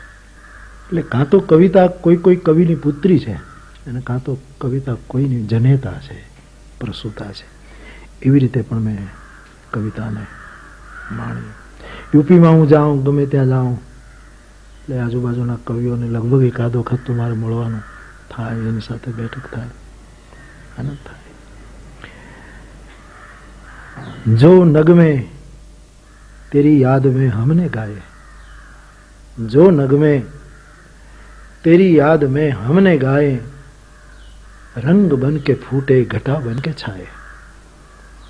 नगमा, कविता, काव्य भणी कई રીતે રંગ બન કે ફૂટે ઘટા બન કે છાય. મને એક ભાઈ મળ્યા, મને કહે બાપુ ઓળખો છો? બહુ માણસો મળતા હતા ને એમાં એને જીદ પકડી, ઓળખો છો? એ વર્ષો પહેલા મળ્યા છે, હું ભૂલી ગયો. મને કે હવે તમે ન ઓળખો, મને હવે ન ઓળખો. એટલે એનો વ્યંગ હતો કે હવે બહુ આમ થઈ ગયું. એટલે હતા હિન્દી ભાષી, એટલે મેં એને શેર કર્યો કે જમાને ભર કે દુઃખ પર દીવાના તેરા, किसे याद रखे किसे भूल जाए, जो नगमे तेरी याद में हमने गाए, घटा बन के फूटे रंग बन के फूटे घटा बन के छाए. नजर क्या ठिकाना उनकी नजर का, नजर क्या ठिकाना उनकी ठकर का, नजर का किसी में है हिम्मत की नजरें मिलाए. એટલે જ્યાં જાઉં ત્યાં કંઈક ને કંઈક મને ગમે એવું મળી જાય, અને એનો કથામાં હું વિનિયોગ કરતો. બીજો જેવો એક જાગતો રસ આપનો સંગીતમાં. અહીંયા આપ હનુમાન જયંતિના પ્રસંગે તો અવારનવાર મોટા મોટા ગાયકોને, વાદ્યકારોને બોલાવતા જ રહો છો. એક બે પ્રશ્નો પૂછવાનું મન થાય કે આટલા બધા રાગ રાગીણીઓ છે, તમે એમ કહો તો એ ગળામાં સ્વયંવરમાં હારમાળા પહેરાવવા માટે કેટલા રાગો દોડાદોડી કરતા હોય, આમ અહિમકા કરીને. તો તમે પોતાને કયા રાગો વધારે પ્રિય, અને વાદ્ય અને ગાયન એ બેમાં તમને શું વધારે ગમે અને કયા કલાકારો વધારે ગમે? રાગોમાં સર્વથી પ્રિય મારું રાગ ભૈરવી છે. ભૈરવી મને બહુ ગમે. ને એમાંય દરેક પ્રદેશની જુદી જુદી ગાયકી, દરેક ઘરાનાનો બિલક બિલક ઠાઠનો જે ભૈરવી રાગ છે એ આમે આખેરી રાગ છે. છેલ્લે ભૈરવીમાં આપણે જતા હોઈએ છીએ. અતિ પ્રિય રાગ હોય તો ભૈરવી, પણ માલકંશ પણ ગમે, દરબારી પણ ગમે, પહાડી પણ સારો લાગે, શિવરંજની ગમે, કેદાર પણ ગમે. છેલ્લે હમણાં બહુ ગમે છે, મેં ગઈકાલે કહ્યું, અમે જે કાગધ્વનિ રાગ કર્યો એ કાગધ્વનિ ગમે. રાગને બરાબર માણસ માણે તો અનુરાગ ઉત્પન્ન થાય. અને રાગની સાર્થકતા એમાં જ છે કે જ્યારે અનુરાગ ઉત્પન્ન કરે. નહીંતર રાગ એક પ્રકારનો ક્લેશ છે યોગશાસ્ત્રમાં. રાગ, દ્વેષ, અસ્મિતા. અસ્મિતાનો અર્થ જો અભિમાન કરીએ તો એ ક્લેશ છે, પણ અસ્મિતાનો કાલે રઘુવીરભાઈ જેમ અર્થ કરતા એ કરીએ તો યોગ્ય છે. અભિનિવેશ, અવિદ્યા બધા ક્લેશોમાં આવે છે. પણ રાગ એ છે કે જેમ મીરાના રાગો રાગ અનુરાગમાં પરિણિત થયા, નરસિંહ મહેતાનો રાગ અનુરાગમાં પરિવર્તિત થયો. એટલે સાંભળી સાંભળીને આપણો અનુરાગ વધે તો એ રાગ પણ એક ભજન બને. વાદ્યમાં મને વધારે સારંગી ગમે. બહુ કરુણ વાદ્ય છે, નથી પીડામાંથી નીકળેલું અને એ આંતમાંથી બને છે. એટલે એમાં સજીવતા જેટલી છે એ લોહેના તારમાં એટલી નહીં આવે, જેમાં ચેતના, જીવંતતા એટલી છે. અને એટલે જ કદાચ ભલે એ વાદ્ય કોઠાનું વાદ્ય બન્યું, મુજરાનું વાદ્ય બન્યું, પણ આખરે તો કૃષ્ણ પ્રેમમાં જેના પગ થિરકે એને પ્રોત્સાહિત કરનારું એ વાદ્ય છે. એટલે સારંગી વધારેમાં વધારે ગમતું વાદ્ય સારંગી છે. ગાયકો તો પોતપોતાની જગ્યાએ બધા જ પોતપોતાની ઉપાસના પ્રમાણે બધા જ. પણ એમાંય ધારો કે શુદ્ધ શાસ્ત્રીય રીતે આપણે માણવા હોય તો હું ભીમસેન પંડિતજીને યાદ કરું કે એ જોવે નહીં કે શ્રોતાનું શું થાય છે, પણ રાગને કલાની રીતે રજૂ કરતા હોય તો પંડિત જસરાજજીને જોવા પડે કે એમાં જરા કે કલાનો પ્રયાસ કરે છે, જરા એની એ રીતે આવે. બહુ સહજ રીતે વહેતા હોય તો આપણે બંગાળના શું નામ, અજય ચક્રવર્તી પણ ગમે. આમ તો બધા જ પોતપોતાની રીતે, અને એથી હું બધાને જ બોલાવતો હું કે જે અહીંયા આવીને આપણને કંઈક આપે. એટલે કોણ શ્રેષ્ઠ કોણ એ તો કહેવું મુશ્કેલ છે. સંગીતની એક આ અસ્તિત્વમાં એક બગિયા, એને બગીચાના એ બધા ફૂલ છે, એમાં ડોલર છે, ગુલાબ છે. લાખ ચેષ્ટા કરીએ તો એ ડોલર ગુલાબ ન થઈ શકે અને ગુલાબ ડોલર ન થઈ શકે. એનું વૈવિધ્ય એ જ એનો મહિમા છે. એ રીતે આપણે એને માણતા હોઈએ છીએ. રામાયણના સંદર્ભમાં એક પ્રશ્ન પૂછવાનો રહી ગયો હતો. કેટલાક લોકો એને ઉત્તર અને દક્ષિણને બે અલગ સંસ્કૃતિની જોડતી, કે એનું રચના પ્રપંચ જ એવો છે કે એ ઉત્તરની આર્ય સંસ્કૃતિ અને દક્ષિણની દ્રવિડ સંસ્કૃતિ અને એનાથી પણ આગળ એ પ્રજાઓને જોડે. કોઈ વિદ્વાનોએ એમ પણ કહ્યું કે એક થાળીમાં જે ચંદ્ર એમણે માગ્યો અને એ થાળીમાં એમને ચંદ્ર મળ્યો, કૌશલ્યાએ દેખાડ્યો, તો જિંદગીભર એમની પાસેથી એ છલના જ એમની સાથે થયા કરી. રાજ્ય વખતે રાજ્ય ન મળ્યું, રાજ્ય અરણ્યમાં ગયા તો ત્યાં સીતાનું હરણ થયું, અરણ્યમાંથી પાછા લઈ આવ્યા લંકા તો એ પણ રાજ્ય પૂરું ભોગ ન મળ્યું. એટલે કે ગ્રીક કરુણાંતિકા જે ટ્રેજેડી છે એમાં એ નાયક છે, એના કશાક ને કશાક સ્ખલનોના હિસાબે એ સજાને પાત્ર બનતું હોય કે ભોગ બનતું હોય, આમાં દૈવના હિસાબે. તો એક ઘણા બધા અર્થઘટનો રામાયણોના થયા છે. તો રામાયણના એક સર્વાંગી સંદર્ભમાં અને માનસના સંદર્ભમાં આપનું મૂલ્યાંકન અને જે અન્યોએ મૂલ્યાંકન કર્યું છે એ સંદર્ભમાં. એકમ સદવિપ્રા બહુધા વદંતી. એક જ સત્ય જેને જે રીતે અનુભવાય એ રીતે સૌ એનું અભિવ્યક્ત કરતા હોય. પણ આર્ય સભ્યતા અને દ્રવિડ સભ્યતાને જોડનારો સેતુ એ તો હકીકત છે. ઉત્તરના પહાડો અને દક્ષિણના સિંધુને સેતુ રૂપે જોડનારું એ મહાકાવ્ય છે. પહાડની ઊંચાઈ અને સિંધુનું ગાંભીર્ય આ બંનેને મિલાવનારું એ. રહી વાત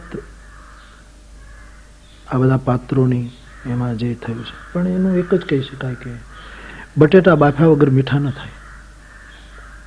બટેટું બફાય તો જ મીઠું બને અને બીજાની થાળીને સુશોભિત કરે, બીજાની ઉદર તૃપ્તિ કરે. રામાયણના બધા પાત્રો, રામાયણની બધી ઘટનાઓ, એમાં આવું જરૂર થયું છે, પણ આખરે તો એ તપસ્યા, એ સમર્પણ, એ ત્યાગ, એ સમજીને છેતરાવું.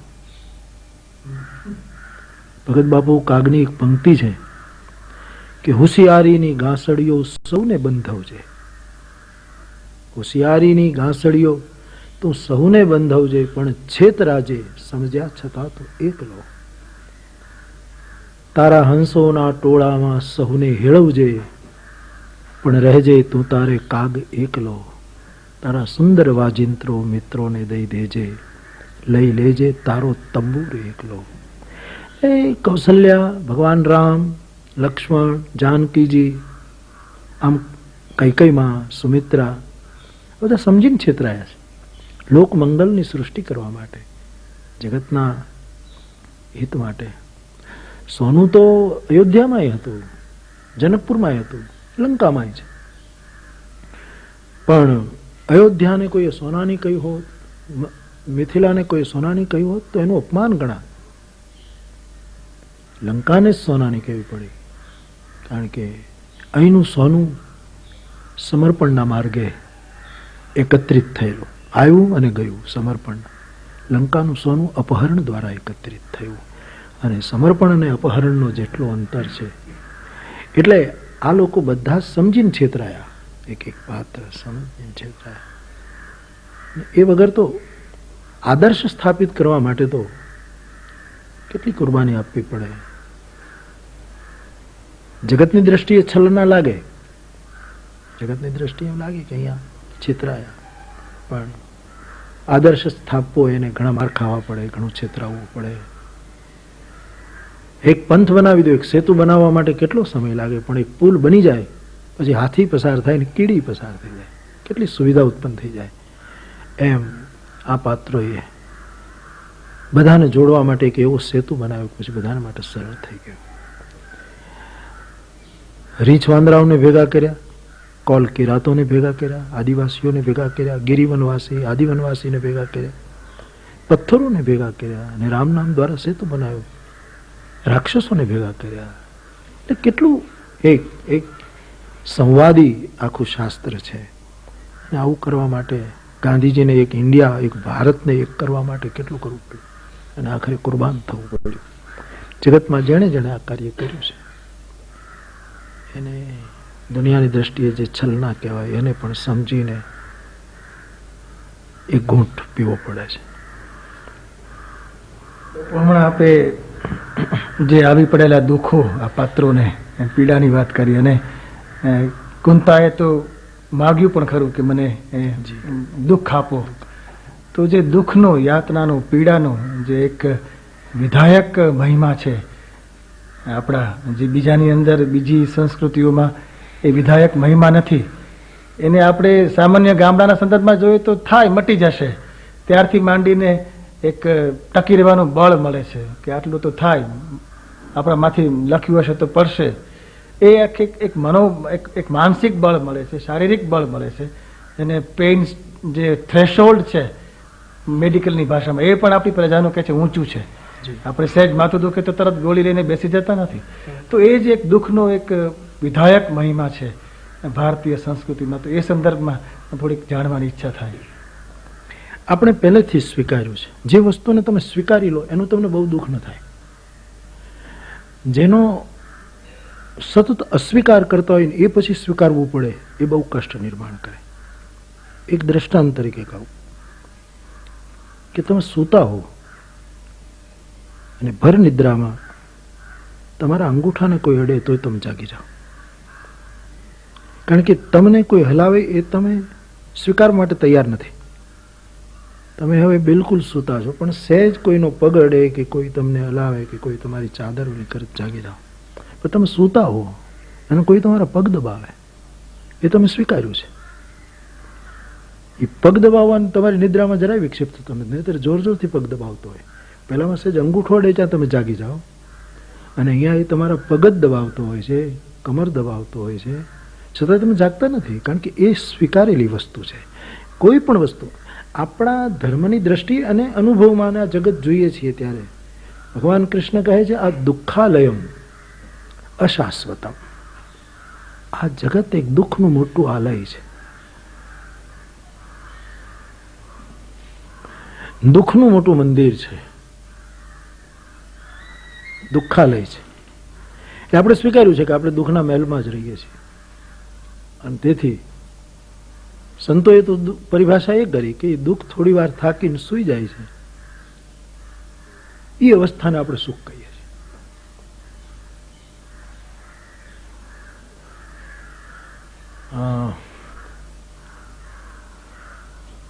દુઃખ કદાચ હું ન ભૂલતા હું તો કુમાર ભારા બંકવીનો શેર છે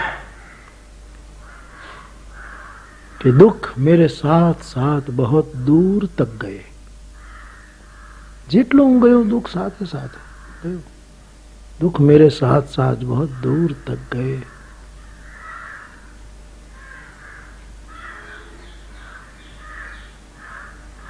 भूल जाऊं છું हाँ मुझ में थकान न पाई तो बेचारे खुद थक गए. હું ન થાક્યો તો એ પોતે થાકી ગયા. એટલે આપણે આ સ્વીકારેલી વસ્તુ છે એટલે આપણને બહુ મુશ્કેલ પટી જશે, કાલ સારું થઈ જશે.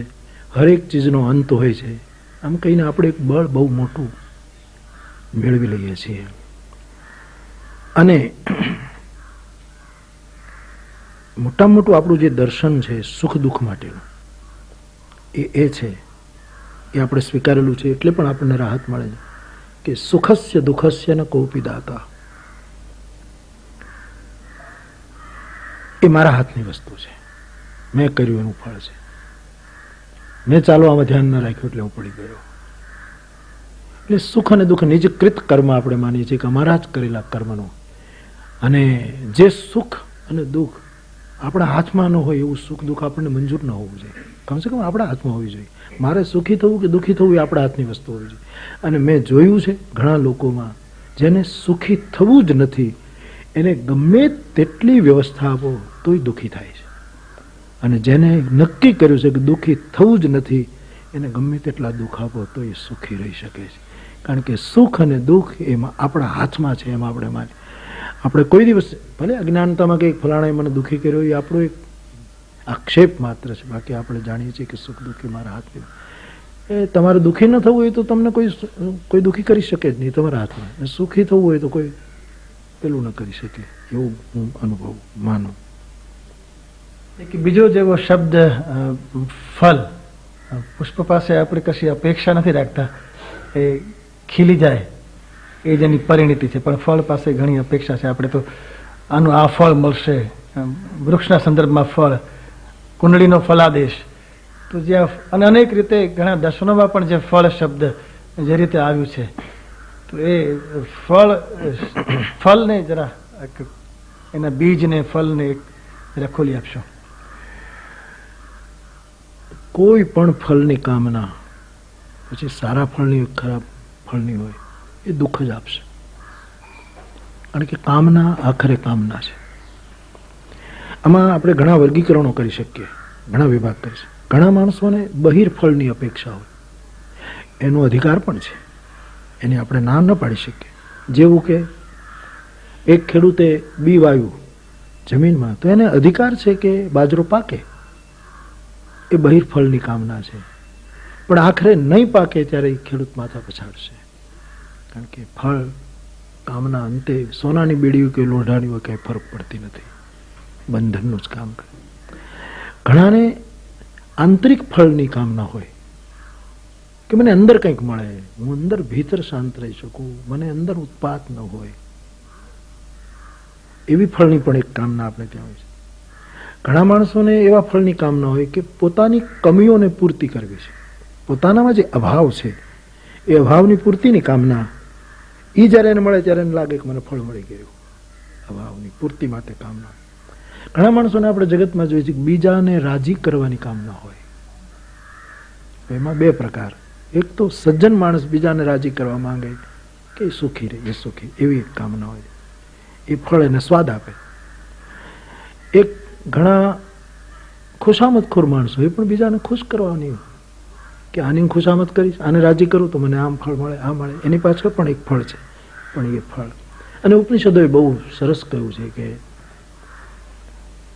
બે પંખી એક વૃક્ષની ડાળે બેઠા છે, સમાન વૃક્ષો પર, અને એક તો સુખ અને એક દુઃખ, અથવા તો એક કટુ અને મધુર ફળનું આસ્વાદન છે. એટલે કોઈ પણ કામના,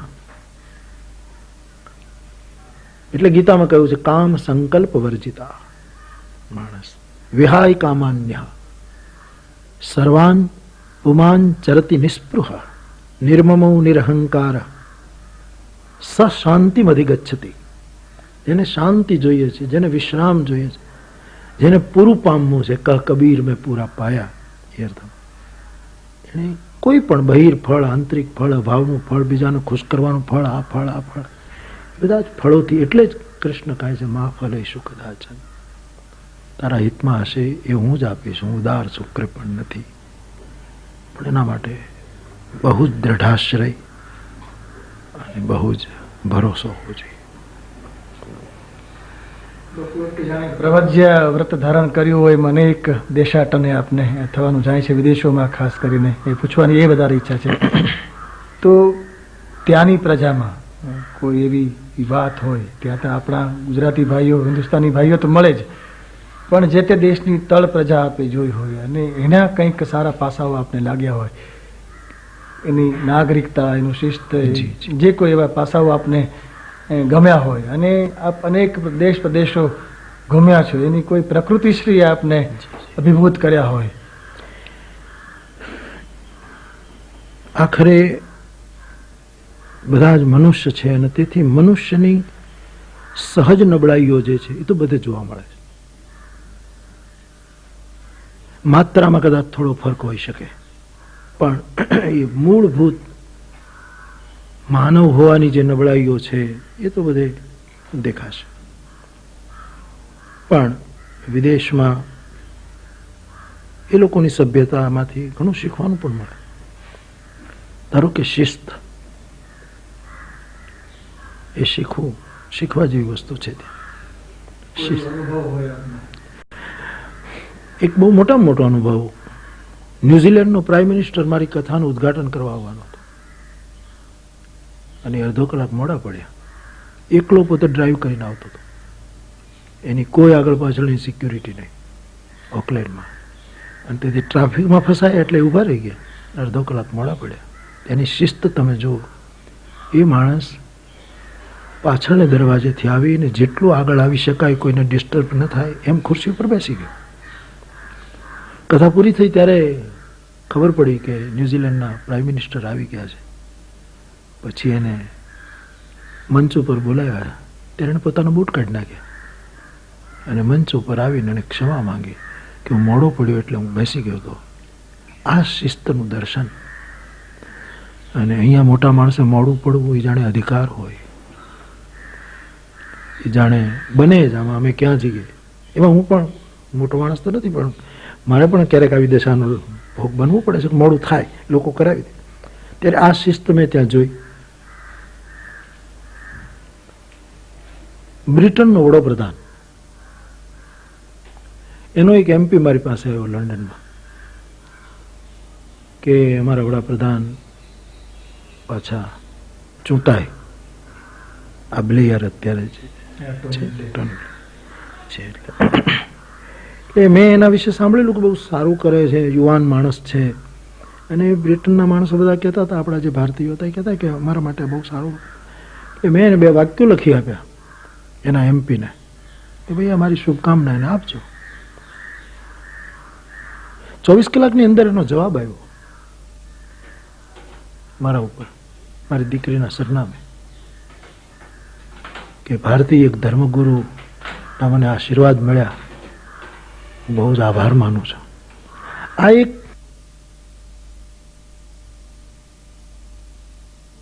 લોકોમાં પણ પછી મોટા મોટી શીખવા જેવી હિન્દુસ્તાનીઓ વાત એ કે કોઈના જીવનમાં માથું ન મારવું.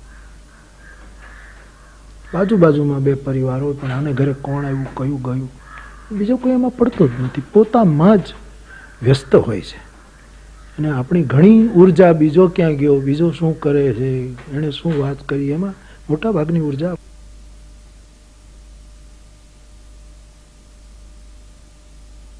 મહિલાઓને આદર આપવાની વૃત્તિ એ પણ શીખવા જેવી છે.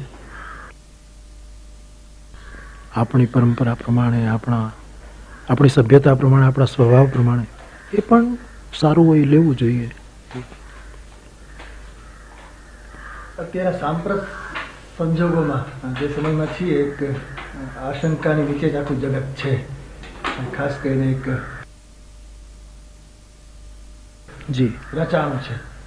તો એ સંદર્ભમાં જે વૈમનસ્ય ઊભું થાય અને એમાં ભારતીયતા, ભારતીય તત્વચિંતન કંઈ ભવિષ્યમાં કોઈ માર્ગદર્શક બની શકે કે કેમ, અને માનવ એક આખી જે જાતિ છે એના જ પ્રશ્નો અને એની અસ્તિત્વ સમય જ એક પ્રશ્નો ખડા થયા છે, તો ત્યારે વિશેષ ચિંતા થાય.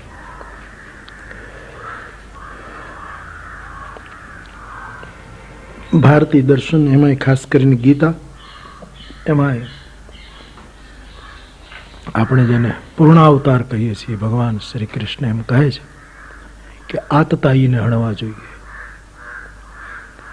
અને આતતાયીની પરિભાષા કરી, બીજાના ઘર સળગાવી દે, નિર્દોષની હત્યા કરે, લૂંટે, ભય ફેલાવે, આ બધા આતતાઈઓ ગણાય. કોઈ પણ હોય ત્યાં તો ભાઈ ભાઈમાં જ આતતાઈઓ આવ્યા. અને તેથી કુરુક્ષેત્રના મેદાનમાં દુર્યોધનાદિને મારવા માટે આતતાઈ શબ્દનો પ્રયોગ. પણ એને લીધે આખા સમાજને દંડ મળે, નિર્દોષોનો નાશ થાય, એ હિંસાને તો આપણે સ્વીકારી ન શકીએ. એટલે અત્યારે જે પરિસ્થિતિ છે એમાં મેં કથામાં પણ જવાબ આપ્યો છે, મદ્રાસમાં એ જ કહું કે વ્યવહારુ પગલાં લેવા જોઈએ, પરંતુ એને લીધે આજે આપણે બાળકોના ફોટા જોઈએ છીએ, ગમે તેના હોય, ગમે તેની પેલા હોય, એ ક્યાંક સામૂહિક સંહાર તરફ આપણે ન જતા રહીએ, એ વિવેક પણ થોડોક સાચવવો રહ્યો. એની સામે જે ગુનેગાર હોય એને દંડ મળવો જોઈએ. આપણે ત્યાં એવું છે કે 3 વખત એને આપણે અવસર આપીએ, અને ત્રિસત્ય થયા પછી રામ બેઠા સમુદ્રને કિનારે, સમુદ્રએ એટલી જડતા દાખવી કે રસ્તો જ ના આપ્યો જવાબ. તો તુલસીદાસજી લખે છે, વિનય અને માનત જલધિ જડ ગયું 3 દિન બીતી, ત્રિસત્ય થઈ ગયું. પછી કહ્યું લક્ષ્મણ બાન સરાસનાનો ધનુષ બાણ લાવો. એટલે અવસરો મળવા જોઈએ 3 વખત સુધરવાના, અને 3 વર્ષની લિમિટ અને 3 વખતની એક મર્યાદા જેણે ઓળંગી હોય આતતાઈને દંડિત કરવા જોઈએ. જે ગુમડું ભરનીંગળ થાય ને એનું ઓપરેશન ન થાય તો આખા શરીરને વિકૃત કરી દે, આખા શરીરમાં સડો પહોંચે. ડોક્ટરી દિલથી ઓપરેશન થવું જોઈએ, સમાજના અકલ્યાણ માટે નહીં, પણ સમાજ તંદુરસ્ત રહે, સમાજ વિરુજ રહે, સમાજના આખા શરીરમાં સડો ન પેસે, એટલા માટે એ રીતે ઓપરેશન જરૂરી. આપ તો જાહેર જીવન સાથે સંકળાયેલા છો, એટલે જાહેર વ્યક્તિ બની ગયા છો, જાહેર જીવનના સંદર્ભમાં નહીં, આપ ઈચ્છો કે ન ઈચ્છો આપ બની ગયા છો. ટાગોર કહે છે હું મારી કીર્તિનો વિશ્વાસ કરતો નથી. ટાગોરે એના ઉત્તરવાએ એવું કીધું, આપ પણ એમ માનો છો, પણ છતાં આપ બધા વચ્ચે ઘેરાયેલા વીંટળાયેલા છો. ક્યારેક આપને એમ થાય કે આ બધું આજે આટલું બધું ન મળ્યું હોત, કીર્તિ માન, અને અમુક રીતે તમે રહી શકો, એ નથી રહી શકતા, એવું કશું બિલકુલ સહજતાથી, બિલકુલ સ્વાભાવિકતાથી હળી મળવાનું કરતા જ છો, પણ છતાં એવું થાય કે આ બધું. આવા એક પ્રશ્નનો જવાબ મેં સુરેશભાઈ દલાલને આપેલો ઘણા વર્ષો પહેલાની પ્રશ્નોત્તરી.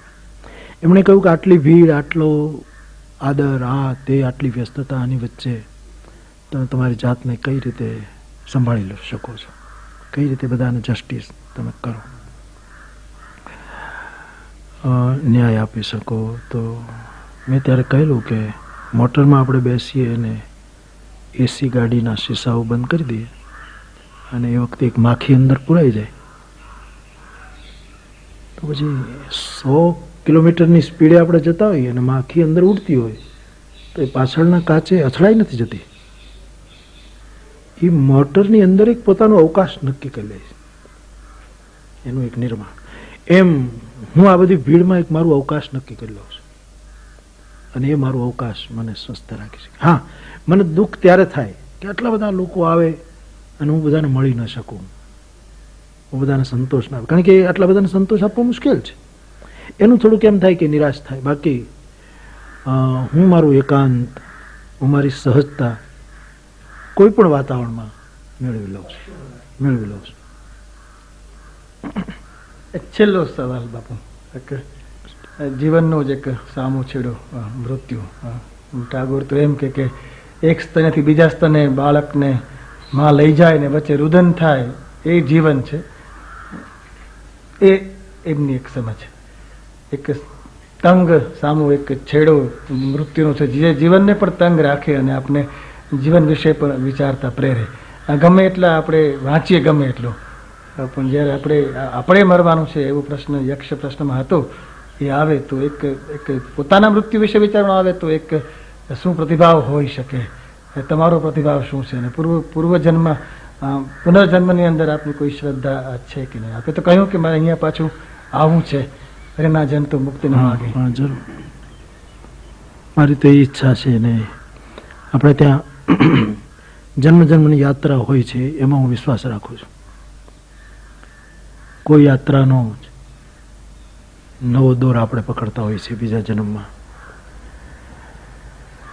જેમ ટાગોરની આપણે વાત કરી કે એક સ્તનથી બીજા સ્તને બાળક જાય ને વચ્ચેનું જે રુદન, એનું નામ પેલું છે. એવું જ આપણે ત્યાં કહેવું કે આ કમરો બદલવાની, કપડાં બદલવાની માત્ર એક પ્રવૃત્તિ છે, એક વસ્ત્રો બદલવાની, જૂના વસ્ત્રો ફેંકી નવા ધારણ કરવા. પણ મારી સમજ પ્રમાણે કહું તો આ જગતમાં અસત્યો ઘણા છે, સત એક છે, એકમ સત. અસત બહુ છે, અસત્યનો તો કોઈ પાર જ નથી, સત્ય એક જ છે. તો અસત્યો ઘણા છે, પણ એમાંથી કોઈ સર્વશ્રેષ્ઠ અસત્ય આ જગતમાં કોઈ હોય તો એ મૃત્યુ છે. મૃત્યુ જેવું જૂઠ આ દુનિયામાં કોઈ છે, કારણ કે એ છે જ નહીં. વયમ અમૃતસ્ય પુત્ર, હા, આપણે અમૃતના પુત્રો છીએ, આવું એક બહુ જ મોટું આશ્વાસન અને હકીકત લઈને તે મૃત્યુ છે જ નહીં. છતાંય આસક્તિ, કામનાઓ, દેહની સાથે અહંકારને કારણે એટલું બધું તાદાત્મ્ય, એ મને તમને ડરાવે છે. ખૂબ અભ્યાસ કરી લે એ છોકરો પરીક્ષાના ક્લાસમાં ડરે નહીં, એને બરાબર સ્વાધ્યાય કર્યો. એમ માણસ મૃત્યુ કોઈને મારતું નથી, મૃત્યુ એ જૂઠ છે, પણ છતાંય મરે તો છે જ લોકો, અને એને દુઃખ થાય છે. એનું કારણ એક ભય ગ્રંથિ, ઘણી ગ્રંથિથી આ જીવ પીડાય છે. કન્ફ્યુશિયસ નીકળ્યા ચીનમાંથી ને એક બહુ જ ગુરુ પેલી વ્યક્તિ મળી, તેને પૂછ્યું કે તમે કોણ છો? તો કે હું મરકીનો રોગ છું, ચીનમાં જાઉં છું. કેમ? કે 5000 માણસને મારવાનો મને હુકમ થયો છે. એ કહ્યું તમે વચન પાળશો ને 5000 ને જ મારશો ને? તો 5000, અને 15 દિવસ પછી જોયું 50000 મર્યા. કન્ફ્યુશિયસે પૂછ્યું ભાઈ તમે કહ્યું તો 5000 ને 50, મેં તો 5000 ને માર્યા, 45000 ભયથી મર્યા છે, એ ભય ગ્રંથિથી મર્યા છે. એમ મૃત્યુ જૂઠ છે? હા, અભ્યાસ જરૂરી છે. જેમ માણસ પૂજાપાઠ કરે, હરિને સ્મરે, એમ મૃત્યુને રોજ સ્મર્યા કરે, યાદ કર્યા કરે, તો એને મૃત્યુ ડરાવી ન શકે. મૃત્યુ એના માટે મંગલ મંદિર ખોલો દયામય, મંગલ મંદિર ખોલો, દ્વાર ઉભો શિશુ ભોળો દયામય, એવું એક થઈ શકે. અને મૃત્યુનો ભય કોને નથી લાગતો? બધાને લાગે છે. મોટા મોટા પંડિતોને, ડાયા માણસોને લાગે. પણ જે અભ્યાસ કરે, અને કબીર સાહેબનો દોહો બહુ બળ આપે કે શૂન્ય મરે, અજપા મરે, અનહદ હું મર જાય, લેકિન રામ સનેહી ના મરે, કહ કબીર સમજાય. એટલે મૃત્યુને એ રીતે લેવું પડે, ભયભીત થઈને મરવું પડે. કાગ હસતા અને કંઈક રોતા હતા, ફેંસલો માનતા સર્વ પ્રાણી. એનો સ્વીકાર તો કરવો જ પડે, દ્વારમાં પ્રવેશ તો કરવો જ પડશે. હવે મારે ને તમારે જીવન દરમિયાન આપણા વિવેકનો ઉપયોગ કરીને એને હસતા હસતા સ્વીકારવું કે રોડતા રોતા સ્વીકારવું, એ આપણા વિવેક ઉપર આધારિત છે. અને એ વિવેક કાયમ ટકી રહે એટલે સત્સંગ જરૂરી છે, સજ્જન માણસોનો સંગ જરૂરી છે. તો મૃત્યુ પણ મહોત્સવ બની શકે. તો